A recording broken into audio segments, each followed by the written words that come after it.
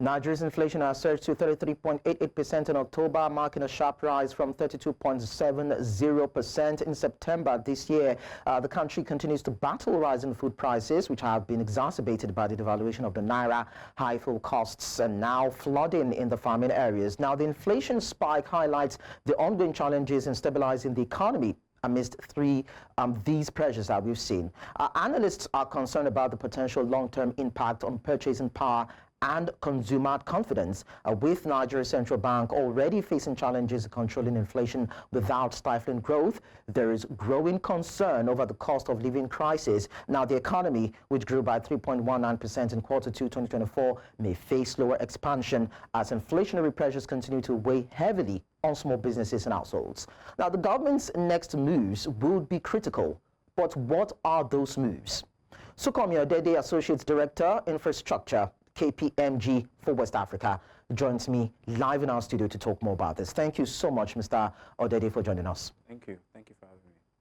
Now, Nigeria's Minister of Finance, Wale Edu, in October this year, told Nigerians that the country was already turning the corner, that the policies of government are working, that inflation had hit its peak, and we will begin to see economic stability. But today, inflation is 33.88%. The Naira to the dollar is about 1,740. So was that government propaganda? Thanks for having me once again. It's not necessarily government propaganda. I think he was speaking based off of some of the facts that he had seen. But when you look at the fundamentals of what is driving Nigeria's inflation, I think you alluded to some of them, which is around food inflation is a critical bit. And unfortunately, we've had issues around supply disruption when it comes to food. High energy prices. You also alluded to the fact that petrol prices have increased about 2 to 3 times alone already this year.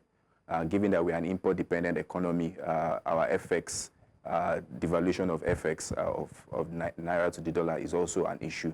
So those are things that are still fundamentally driving the increase in inflation. I would rather say that I was actually surprised that it's not even higher than what was currently reported, but because the fundamentals have not really changed. So we'll take it from that point. Now, you said the fundamentals have not changed.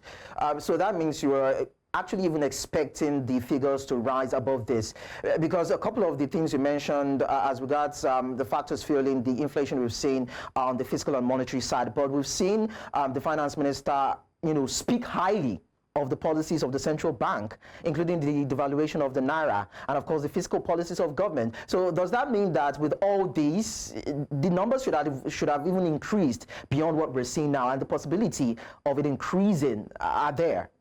Yes, there is. Yes, there is. I think fundamentally, if we are able to address some of the fundamentals I spoke about, we spoke about the exchange rates, and this is one of the key things driving inflation. Another thing is around food inflation.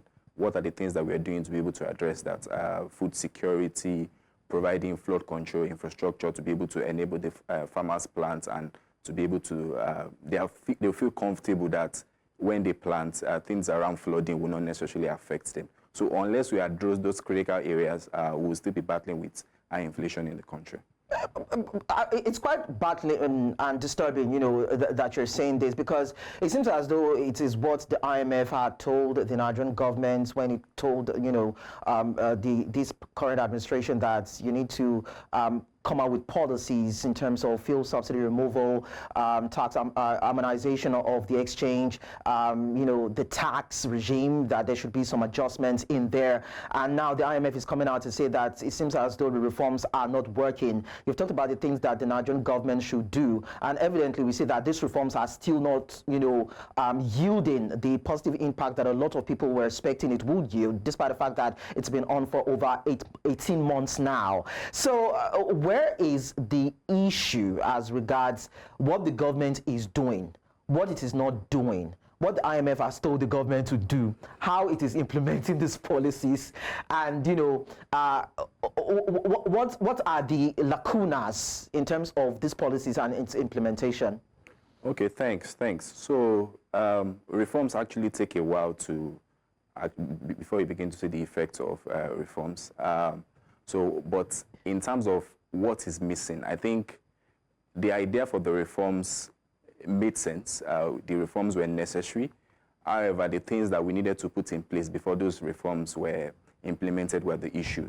So we talked about removing subsidy. There was no backup plan in terms of how we're going to be able to mitigate the effects on the general populace. Transport prices were going to go up. We really did not do anything around it. I know government is trying to promote CNG now as alternative fuel. The discussion around that is completely different. And how it's going to be accepted by the masses is something that is even another discussion on its own. So those are the things that were missing, the things that the structural infrastructure needed to be able to address those reforms were the things that were missing. The reforms, like I said, made sense, but those things that needed to support it to be able to make the effect on the populace less harsh were the things that were missing. Okay, so there are some missings or misgivings as regards what the Nigerian government should have thought about when implementing its policies. The Nigerian government has come out to say that there will be no policy reversal. IMF is saying that these policies were not well implemented. We see the effect on the economy. But then we're going to go on a break, Sunkanmi. When we return, we'll look at the overbearing effects on the Nigerian economy and what...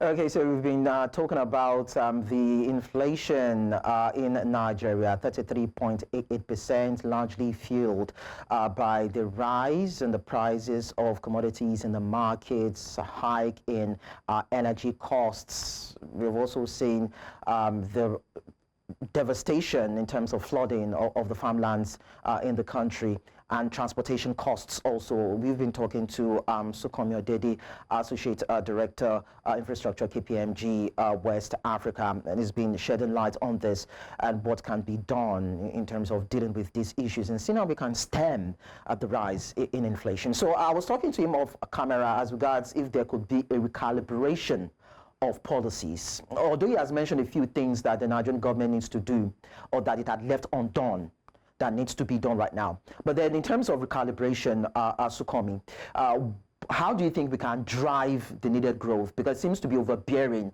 on the economy when you look at these policies. Okay, thanks for the question. I think fundamentally we are battling with two evils, which is around high inflation and devaluation of our currency. But more importantly is the issue around inflation, because what it does is that it stifles consumer spending, making it impossible for the economy to grow.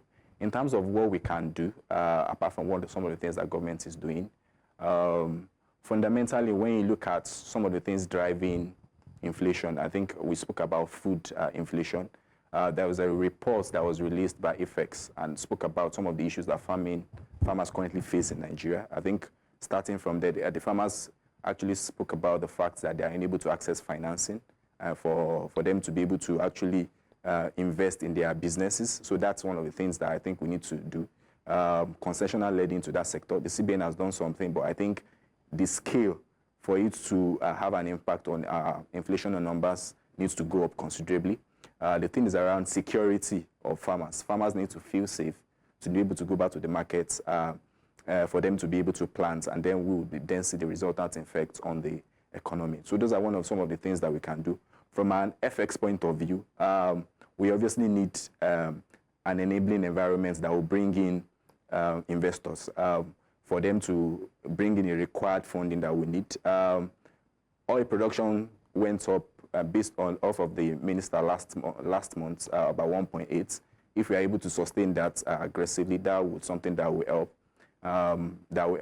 In terms of dollar inflows, we can then use to able make the necessary interventions in the FX market. Another thing that I think will be very useful is the implementation of these agreements of people buying petrol, buying petrol from Dangote.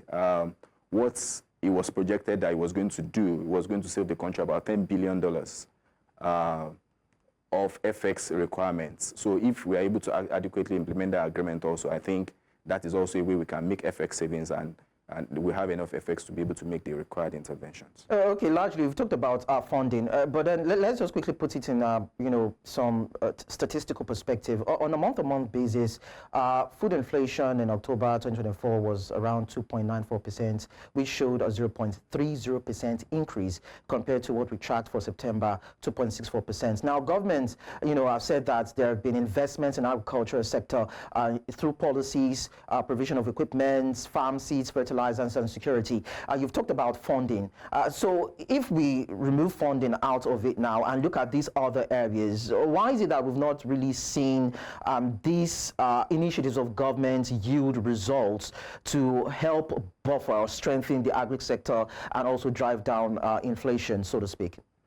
Okay, yeah, I think the problem is always lie down with implementation. Like I said, how do we ensure that the funding that the government has made available gets to the required people? How do we ensure that middlemen don't stifle the required funding on the rate of interest rate that's actually meant to be enjoyed by the farmers? So I think the implementation is an area we need to look at what is government doing around that to be able to ensure that the funding actually gets to the people that needs it. Okay, we've also seen flooding. That's another headache, affecting Nigeria. This has increased considerably with the rise in ocean levels globally due to climate change. But then, what measures do you think the government can also, put in place in that regards to actually support those farmers that have been affected, probably, stabilize food prices too? Okay, I think fundamentally we need to invest in flood control infrastructure. I think that's the essential thing we need to do, building of more dams, building irrigation systems to be able to assist the farmers. I think that's the first thing that we need to invest in. Funding is also an issue. They need to have access to funding. Another critical issue is the lack of access to inputs, fertilizers, the inputs that they need to actually plant to be able to get. It's very surprising that that's one of the top issues that farmers highlighted as one of the issues where they're having challenges when I read the IFX report. So if we're able to address flood control, if we're able to build flood control infrastructure, we're able to address inputs issues and address funding, I believe if we're able to do those things, food prices is going to come down in the market. Another area we need to probably look at is the food wastages. Nigeria, a significant part of what we produce does not get to the market. I think there's a statistics that said about 50% of what is produced in the market still gets wasted. And that's ironic, given we are battling with food inflation. So we need to invest in storage system, more commodity exchanges to be able to undertake or offtake these products from the farmers. So if we continue to have this situation play out and inflation figures continue to rise amid, food insecurity, what impact will that have on Nigeria's GDP growth outlook for 2024 and beyond? We know we're already, exiting the last part or the last quarter of 2024, but then if we're going to be projecting into 2025, from the end of this year towards 2025, how impacting would that be? So ideally, the effect of inflation on consumer spending is high. What it means is that the level of disposable income available for the customer or for the consumers to be able to spend on non-essential and essential products will definitely go down, and that will mean that will stifle economic growth. So until we address that, our economy will not grow the way we want it to grow. So we are still achieving 2-3-5%. That is very commendable, even in the light of all this high inflation number and high interest rate environment. So that means if it's an issue that we're able to address, that means that we'll seek significant growth in our economy. But if we are not able to, our economy will just only be able to grow by marginal increases. So I'm trying to put myself in the shoes of foreign investors now. We know that there have been conversations around attracting investments into Nigeria. A few weeks ago, we had the Nigeria Diaspora Investment Summit, and we have Nigerians who are willing to invest in Nigeria, and other foreign counterparts who are also willing to invest in Nigeria. But then if we continue to have this, what do you think their mindsets or their predisposition will be to a Nigerian economy with these projections and statistics? Okay, I think we can already deduce from the historical FDI numbers that we've seen. Most of the investors coming into Nigeria are largely PFIs, hot money because of the high interest rates that we are offering them, so they are willing to come. But the kind of investors that we need, which are FDI type of investors are not necessarily coming. And it's largely down to the high inflation rate as well as the high on our exchange rates that we have. Because what has happened is that our currency is unstable. That is an issue.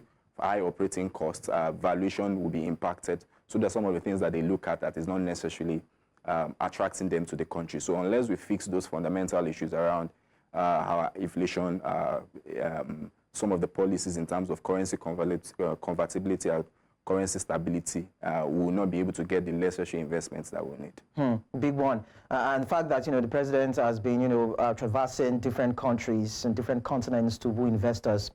Of course, he's out of the country right now, trying to talk to other countries, to solidify bilateral friendship, so to speak, to actually improve the Nigerian economy. Sure. So if we don't fix our domestic problems, those travels and those conversations might not really yield anything. Sunkanmi Odede, Associate Director, Infrastructure, KPMG West Africa, thank you so much for your time on the show. Thank you for having me.